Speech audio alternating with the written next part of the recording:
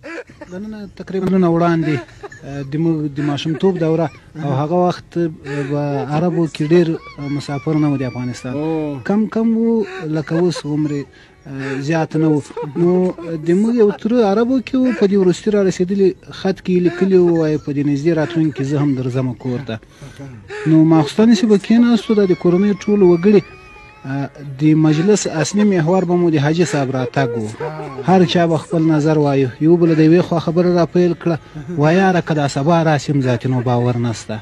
دا بل د دې بلې خوا راغبرګه کړه چې یاره یو 2 او 5 ورځې مې لا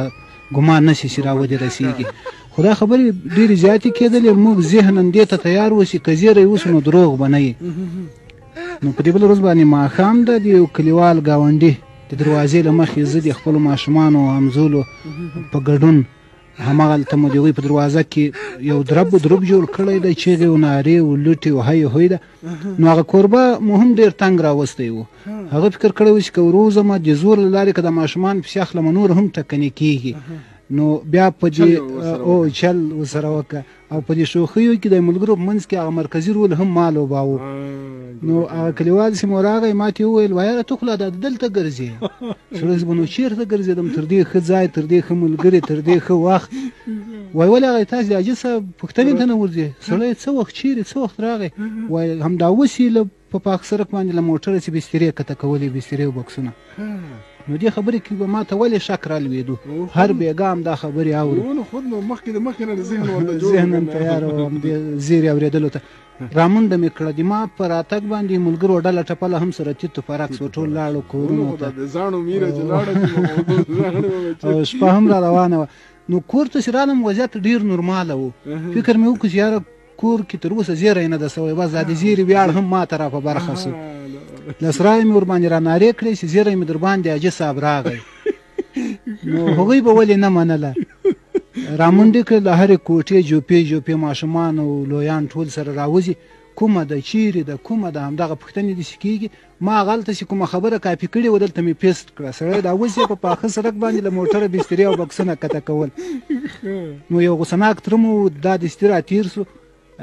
ناوخته و له مرغانچي چرګ را وایستل دا یې حلال کړ او دی مخ په سړک باندې روان سو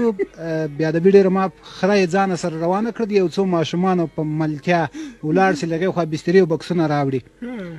دلته نو څوک چرګ کوي څوک دیګ مینځي څوک پیاز ریزه کوي څوک اور برابروي زه هم دا اړخ ته ناست یم خپل خیال پلو چې په مخه کړی یم چې یاره ګل الا چې بیخي نه یم 1000 روپۍ زیری درکوي خان لالا ته هم داسې مه ګوره تر 1.5 کمې نه درکوي بس دا زیرې سره جمع کوم او سهار ته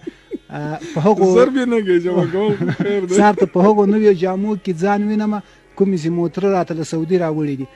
10-15 دقیقې نه وي تېرې چې وضعیت بیرته 180 درجې تغیر وکړو وایي نه ده راغلی څه سوه دروغجن نه ده راغلی حاجي صاحب څه سوه دروغجن بس سمدستي مې هغه د زیرو خبره په ذهن کې ړنګه کړه او د خپل سر د خیر غوښتنې په فکر کې سومه رامنډه مې کړه چې یاره په زیرو بلا پسې اوس به ځان چېرته غلی کوي په سرای کې تاو راتاو سومه نو هغه د غوژلې دروازه خلاصه وه په دې باندې ورننوتمه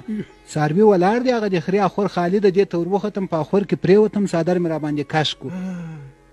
نو د خرې د پښو دربه یې اورم چې ورو ورو نږدې کېږي ځان سره مې تصمیم ونیودل ما ته خو رامعلومېدل نه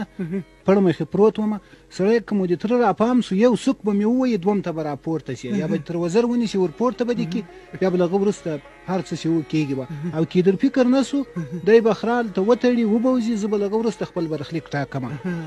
نو دی لاندې خره تړي ما ته نه رامعلومېږي خره یې دې دپاره چې له اخوره چې څه شی خواړه وخوري سر یې راښکته کړو د خرې سر مې له دې ملا سره ولګېدو له شا سره مې ولګېدو نو ما فکر وکړو سړی د تره داسې د اسې ور ولاړ شه چې اوس په پروتو دې ونه وهي چې را ولاړ سوم خره هم نه وه خبره چې دلته په اخور کې څه کیسه ده نو خره وتورېده چې دا مخ په ور باندې زور وکړه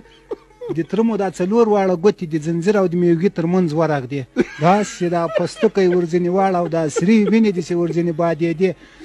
زه په اخور کې اسک ولاړم څادر مې په اوږو ده او دا پروړې ورشکې دا راپسې ځوړندې دي چې پورته راته وکتل اوه ته دلته یې داسې تاو راتاو سو نو دلته به له دې خوا موږ وره ته یو د لرګي ټمبه ښودله دا یې په چپ لاس راونیوده چې دا راسره راتاو یې کړه په دې پښو کې وولم په خاړپوزه ورته راښکته سوم سار په همغه خره باندې زه او دی دواړه ډاکټر ته ولاړو ده ګوتې پانسمان کړې او ما لینګې